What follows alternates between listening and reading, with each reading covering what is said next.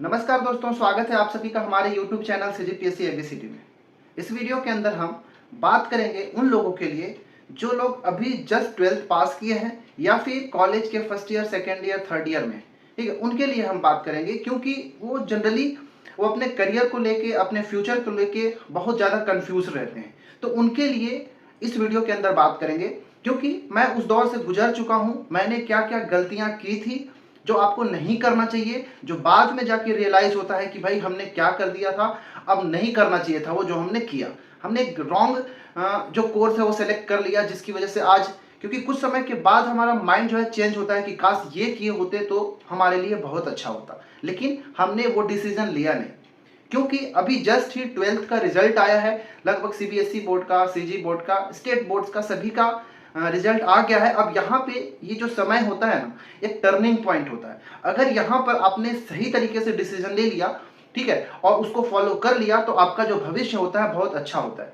इस समय पे अगर आपने कोई गलती किया, बहकावे में आके अगर आप गलत कोर्स कर लिए हैं, गलत एरिया, गलत फील्ड में आप चले गए हैं, तो वो बाद में आपका पछतावा का कारण हो सकता है। तो इस वीडियो के हम अंदर वही सब बात करेंगे कि 12th आपने पास किया है तो अगर आप क्या क्या कर सकते हैं भविष्य में, क्या क्या बोलते हैं, टेक्निकल फील्ड में आप जा सकते हैं या फिर गवर्नमेंट एग्जाम की तैयारी कर सकते हैं। इन सारी चीजों की हम बात करेंगे। तो सबसे पहले हम बात कर लेते हैं जो लोग अभी अभी 12th पास किए हैं, क्योंकि यहाँ पर उनको अब कंफ्यूजन हो रहा होगा, ठीक है, कि क्या करना चाहिए। तो आपके पास दो डायरेक्शन है, या तो आप एक टेक्निकल में जा सकते हैं या फिर आप नॉन टेक या फिर गवर्नमेंट एग्जाम की तैयारी करना उधर जा सकते हैं।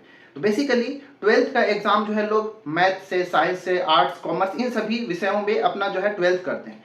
तो जो लोग साइंस बैकग्राउंड से हैं, ठीक है, कह लीजिए कि बायोलॉजी से जिन्होंने 12th किया है, उनके लिए क्या क्या हो सकता है। तो आप नीट का एग्जाम दे सकते हैं। नीट का एग्जाम देने के बाद आप MBBS वगैरह कर सकते हैं, बी फार्मा का एग्जाम दे सकते हैं। इस फील्ड में आप जाके मेडिकल फील्ड में जा सकते हैं, ठीक है। जो लोग मैथ से 12th किया है वो लोग क्या कर सकते हैं, जेई का एग्जाम दे सकते हैं, PET का एग्जाम दे सकते हैं, और उसके बाद वो बीटेक कर सकते हैं, BE कर सकते हैं, IIT कर सकते हैं, ये कर सकते हैं। जो लोग आर्ट्स से 12th किया है वो लोग क्या BA कर सकते हैं, BBA कर सकते हैं, ये सारा जो है आगे की जो तैयारी कर सकते हैं या फिर आगे की पढ़ाई कर सकते हैं। कॉमर्स वाले BCom कर सकते हैं, ठीक है, CA वगैरह की तैयारी कर सकते हैं। CA मतलब चार्टेड अकाउंटेंसी जो होता है वो कर सकते हैं, होटल मैनेजमेंट कर सकते हैं। ये सारे कोर्स जो है 12th के बाद आप आगे कर सकते हैं, ठीक है। अब यहाँ पर कंफ्यूजन क्या क्या आते हैं, डाउट्स क्या क्या आते हैं जो मैंने फेस किया था और आपको नहीं करना चाहिए, मैं उसके लिए आपको गाइड करना चाहता हूँ। देखिए, 12th बाद आपके पास बहुत सारे ऑप्शंस खुल जाते हैं कि आपको क्या क्या करना है। जैसे कई बार से कंफ्यूजन ये होता है कि जो हमारे दोस्त होते हैं वो, कई लोग नीट वगैरह की तैयारी करने के लिए निकल जाते हैं, कुछ लोग जो हैं अपना BA BSc सिंपली करना चाहते हैं। इस तरीके से वहां पे बहुत ज्यादा कंफ्यूजन हो जाता है, ठीक है। तो दोस्तों के बहकावे में मत आए कि अगर दोस्त जो है नीट की तैयारी कर रहा है, AIEEE की तैयारी कर रहे हैं, जेई की तैयारी कर रहे हैं, इंजीनियरिंग की तैयारी करने के लिए निकल गए हैं, तो आप उनके साथ निकल लिए। ऐसा आपको नहीं करना है, ठीक है। खुद का इंटरेस्ट पता करना है और आपको उसमें सोचना है कि मुझे आखिर क्या करना है। दूसरे के इन्फ्लुएंस में जाके आपको नहीं करना है।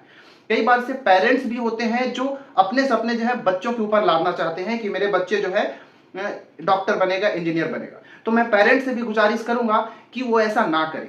आप अपने बच्चों का जो इंटरेस्ट है उसको देखें और उसमें उसको बेहतर करने के लिए उसको सुझाव देना चाहिए। तो इन सारी चीजों से बचे कि किसी के इन्फ्लुएंस में आके आप या फिर किसी के प्रेशर में आके आप गलत कदम ना उठा लें। इस चीज को आपको बहुत अच्छे से ध्यान देना है। अब जब यहाँ पे आप कंफर्म हो जाएंगे, ठीक है, पूरा अच्छी तरीके से सोच समझ के, घर वालों से सुझाव लेके, अपने आप को जानकर, अपना इंटरेस्ट को जानकर जब आप कंफर्म हो जाएंगे, क्लियर हो जाएगा आपका थॉट कि मुझे क्या करना है, तब आपको क्या करना है। तो अगर आप साइंस बैकग्राउंड से 12th आपने पास किया है तो आपको नीट, जेई, ये सब सारे जो टेक्निकल एग्जाम तो होते हैं उसको देके आप MBBS, B pharma, BE, BTech, IIT ये सब करने के लिए निकल जाए।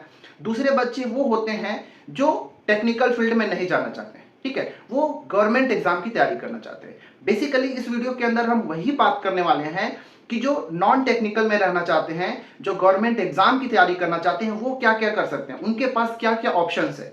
इस चीज की हम बात करेंगे इस वीडियो के अंदर। ये पूरा वीडियो उन्हीं के लिए है।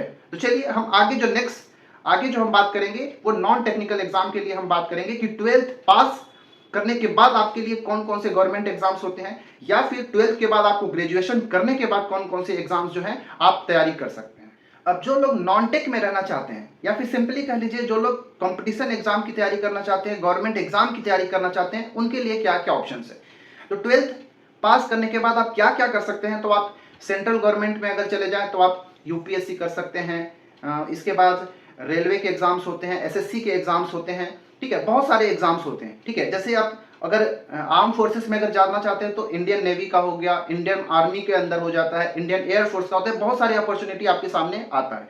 तो हम इसको दो पार्ट में डिवाइड कर देते हैं कि जस्ट 12th बाद आप क्या क्या कर सकते हैं सेंट्रल गवर्नमेंट और स्टेट गवर्नमेंट के अंतर्गत। इसके बाद 12th के बाद ग्रेजुएशन करने के बाद आपके पास क्या क्या अपॉर्चुनिटी आ जाती है, हम इस चीज की अब थोड़ा सा बात कर लेते हैं। तो 12th पास होने के बाद आपके पास सेंट्रल गवर्नमेंट के अंदर क्या क्या अपॉर्चुनिटी आता है, कौन कौन से ऐसे एग्जाम्स होते हैं जो सेंट्रल गवर्नमेंट के द्वारा लिए जाते हैं, ऑर्गेनाइज किए जाते हैं और 12th बाद ही आपको अपॉर्चुनिटी मिलता है। तो जैसे अगर जाएंगे तो एसएससी के अंदर बहुत सारे पोस्ट होते हैं, जैसे एसएससी सीएचएसएल होता है, एसएससी एमटीएस होता है, एसएससी जीडी का पोस्ट होता है, एसएससी के अंदर ग्रुप सी और ग्रुप डी स्टेनोग्राफर के पोस्ट, ऐसे पोस्ट होते हैं जो जस्ट 12th बाद होते हैं। रेलवेज के अगर अंदर जाओगे तो आरआरबी एएलपी मतलब असिस्टेंट लोको पायलट का एक पोस्ट जो होता है 12th बाद ही होता है, हालांकि अब इसमें आईटीआई का डिमांड करने लगा है। इसके बाद 12th के बाद ग्रुप डी का पोस्ट होता है। इसके बाद अगर आप आर्म फोर्सेस के अंतर्गत जाए जो 12th बाद आपको जस्ट देखने को मिलता है, तो उसमें आपको इंडियन नेवी का मिलेगा, इंडियन एयरफोर्स का मिलेगा, इंडियन आर्मी का, ये सारी चीजों का एग्जाम होता है और इसके लिए आपको तैयारी करनी होती है। स्टेट गवर्नमेंट के अंतर्गत चलें अगर जस्ट 12th बाद, तो अगर सीजी के अंदर अगर जाएं तो इसमें आपको सीजी व्यापम द्वारा बहुत सारे ऐसे एग्जाम लिए जाते हैं जो 12th पास आपसे मांगता है, ठीक है। तो उसमें अगर आप जाएंगे सीजी व्यापम में तो आपको बहुत सारे पोस्ट मिलेंगे, जैसे सीजी पटवारी का होता है, सीजी आरआई का हो जाता है, हॉस्टल वार्डन का हो जाता है, सीजी पुलिस कांस्टेबल, ये सारा जो पोस्ट होता है 12th बाद के आते हैं। तो 12th पास होने के बाद स्टेट गवर्नमेंट के अंदर भी बहुत सारे पोस्ट आपके लिए जो है अपॉर्चुनिटी के तौर पर आते हैं, तो आप उसके लिए भी तैयारी कर सकते हैं। तो अभी तक हमने देख लिया कि 12th पास होने के बाद आपके पास कौन कौन से गवर्नमेंट एग्जाम जो है सामने आते हैं। अब हम देखते हैं कि 12th पास होने के बाद आपको ग्रेजुएशन करना है, ठीक है। ग्रेजुएशन करने के बाद आपके पास क्या क्या अपॉर्चुनिटी आते हैं, तो ग्रेजुएशन के बाद आपके पास एडमिनिस्ट्रेटिव लेवल के जो पोस्ट होते हैं वो आपके लिए, आप उसके लिए एलिजिबल हो जाते हैं।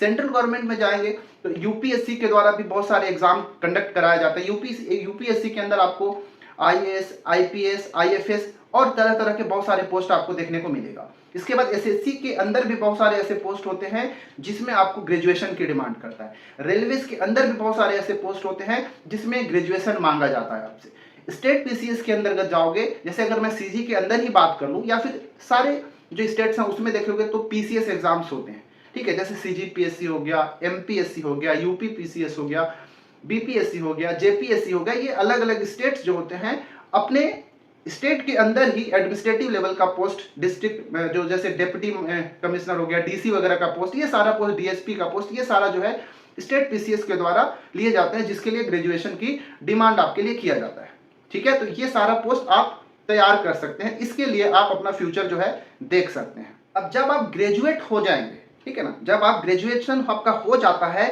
तब आपके लिए सारे द्वार जो है आपका खुल जाता है, ठीक है। ग्रेजुएशन ऐसा नहीं है कि जो नॉन टेक से जो ग्रेजुएशन किया था, लाइक इंजीनियरिंग कर लिया, बीटेक कर लिया या फिर इवन एमबीबीएस हो गया, डॉक्टर वगैरह की पढ़ाई कर लिया, वो भी ग्रेजुएट हो गए, ठीक है। और एक सिंपली ग्रेजुएशन लोग बीए, बीएससी, ये सारी चीजों से किए हैं, दो तरीके से यहाँ पे ग्रेजुएशन किए। तो जो नॉन टेक वाला जो एग्जाम होते हैं, जैसे जो टेक्निकल का तैयारी कर लिया, जिन्होंने इंजीनियरिंग कर लिया है या फिर डॉक्टर वगैरह की पढ़ाई कर लिया, ये सब जो कर लिया, उनके लिए भी गवर्नमेंट में वैकेंसी आता है, लेकिन बहुत कम आता है, ठीक है। लेकिन जो नॉन टेक वाले होते हैं उनके पास ग्रेजुएशन करने के बाद बहुत ज्यादा पोस्ट उनके लिए आता है, ठीक है, और अलग अलग फील्ड में आता है, जिसकी वजह से बहुत सारे ऐसे लोग जो हैं जो टेक्निकल की पढ़ाई करके भी नॉन टेक में स्विच कर जाते हैं, ठीक है। और यही वो समय आता है कि जो आपने शुरू में गलत डिसीजन लिया था, अपने दोस्त, अपने पेरेंट्स के कहने पर आपने नॉन टेक्निकल की तैयारी करने लगा, नीट वगैरह की तैयारी किए, इसके बाद एमबीबीएस वगैरह कर लिए, फार्मेसी कर लिए, इंजीनियरिंग कर लिए, और बाद में आपको इधर नॉन टेक में स्विच करना होता है गवर्नमेंट एग्जाम के लिए, तब जाके आपको लगने लगता है कि मैंने इतने साल जो है बर्बाद कर लिया। अगर सरकारी नौकरी की तैयारी करनी थी तो इतने बड़े बड़े जो कोर्सेज क्यों किया, इतना पैसा क्यों लगाया, इतना टाइम क्यों बर्बाद किया, ये सारा चीज रियलाइजेशन आपको होना शुरू कर जाता है।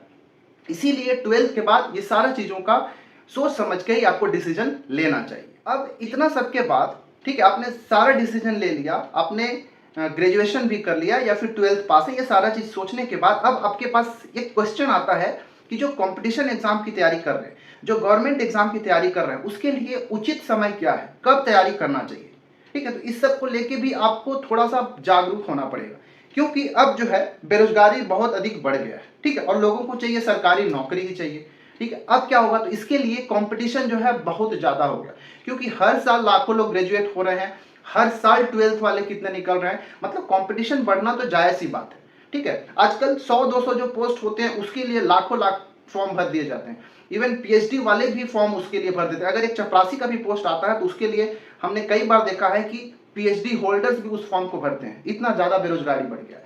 तो अब क्या सही समय होना चाहिए जब हम कंपटीशन एग्जाम की तैयारी करते हैं, तो देखिए आज का कंपटीशन लेवल को देखते ही और साथ ही साथ आज के बहुत सारे जो ऐसे प्रतियोगी हो गए हैं, ऐसे एस्पिरेंट्स हो गए हैं, ऐसे स्टूडेंट्स हो गए हैं जो इतना ज्यादा जागरूक हो गए हैं कि वो समझते हैं कि आखिर तैयारी कब से करना है। तो आपके लिए तैयारी जो है, तैयारी का सही समय जो है ना, आप कह सकते हैं कि 12th पास होने के बाद ही आपको शुरू कर देना पड़ेगा, या फिर जैसे ही ग्रेजुएशन में एंटर किया, एडमिशन कराया, आपको अपना करियर भी साथ साथ लेके चलना होगा अगर आप गवर्नमेंट एग्जाम की तैयारी कर रहे हो। 12th के बाद वाले जो पोस्ट हैं उसको तो 12th बाद ही आप शुरू करेंगे पढ़ना। देखिए अगर आप तैयारी करने लगते हैं तो तैयारी करने के लिए आपको मिनिमम पूरे कोर्स को, सिलेबस को कंप्लीट करने में आपको लगभग 2 से 3 साल लग जाते हैं, ठीक है। इसके बाद एग्जाम को आप समझना शुरू करते हैं, इसके बाद प्रिपेयर होते हैं, इसके बाद एग्जाम देते हैं। मतलब कहीं ना कहीं एग्जाम को निकालने के लिए एक नॉर्मल स्टूडेंट को 3 से 4 साल लग जाएगा अगर वो सीरियसली पढ़ेगा तब। तो इसीलिए यह वीडियो मैं इसलिए लेकर आ गया कि अगर गवर्नमेंट एग्जाम की अगर आप तैयारी करना चाहते हैं तो उसके लिए उचित समय जो है 12th जस्ट पास हो रहे हैं तभी से आपको उसके लिए प्रिपेयर कर देना चाहिए। ग्रेजुएशन में जैसे ही आपने एडमिशन करा लिया तब से आपको तैयारी शुरू कर देना चाहिए। ग्रेजुएशन के साथ साथ थोड़ा थोड़ा आपको अपना सिलेबस भी लेके चलना है, ठीक है। अब ग्रेजुएशन क्या है, वो तो जस्ट आपको पास होना है, पास हो ही जाते हैं, ठीक है। मेन आपको फोकस करना है आपके फ्यूचर पे, आपके करियर पर। तो उसके साथ साथ जिस चीज की भी आप तैयारी करना चाहते हैं, चाहे यूपीएससी का हो, स्टेट पीसीएस का हो, एसएससी का हो, रेलवे का हो, तो उसके सिलेबस को लेके आपको पकड़ के उसकी तैयारी भी आपको साथ साथ करना चाहिए, ठीक है। याद रखिएगा। तो इसके लिए सही समय क्या है, 12th जस्ट बाद, और साथ ही साथ कह लीजिए कि अगर कॉलेज में आपने एडमिशन ले लिया उसके साथ ही आपको इसकी शुरुआत कर देना। अभी मैंने जो भी इतने देर तक बताया, इस सारे वीडियो का निचोड़ क्या है, इसका कंक्लूजन क्या है, मैं बता रहा हूँ। कंक्लूजन ये है कि सबसे पहले आपको अगर 12th पास हो गए हैं, कॉलेज में एडमिशन करा लिए हैं, तो आप अपना जो इंटरेस्ट है उसको समझिए, उसके अकॉर्डिंग अपना फ्यूचर को, अपना करियर को देखते हुए आप अपनी तैयारी को शुरू करें। कंफ्यूज ना रहें, सबसे पहले कंफ्यूजन को दूर करें, इसके बाद अपना फ्यूचर, अपना करियर को डिसाइड करें, ठीक है। अगर आप टेक्निकल फील्ड में करियर बनाना चाहते हैं तो आप उसके अकॉर्डिंग कोर्स को ज्वाइन करिए, उसकी तैयारी शुरू कर दीजिए और टेक्निकल फील्ड में चले जाइए। अगर आप सरकारी एग्जाम की तैयारी करना चाहते हैं तो साथ साथ 12th पास होने के बाद ही, या फिर कह लीजिए ग्रेजुएशन में एंट्री करने के बाद ही आपको साथ साथ पैरेलली दोनों को लेकर चलना पड़ेगा। तब उचित समय पर आपको एक प्रॉपर जो एग्जाम है आप निकाल पाएंगे और अपना करियर को बना सकेंगे, ठीक है। अगर बहुत लंबा, अगर आप ये सोचेंगे कि मैं ग्रेजुएशन कंप्लीट होने के बाद, जैसे हमने किया, हमने ये सारी गलतियां की है इसलिए मैं आपको अच्छे से बता पा रहा हूँ। अगर आप सोचेंगे कि ग्रेजुएशन करने के बाद मैं तैयारी शुरू करूंगा तो उसके लिए आपको 4-5 साल और ज्यादा लग जाएगा, तो इसमें आपका उम्र भी बीत जाएगा। अगर आपको इतना एज होने के बाद अगर नौकरी लगती है फिर भी उसका कोई मजा नहीं। एक सही समय पर आपको एक सही तरीके का जॉब मिल जाए, ये बहुत ज्यादा जरूरी होता है। तो ये था वीडियो का कंक्लूजन। आपके भविष्य के लिए बहुत सारी शुभकामनाएं। Best wishes for your future. Thanks for watching. Please do like and subscribe our channel.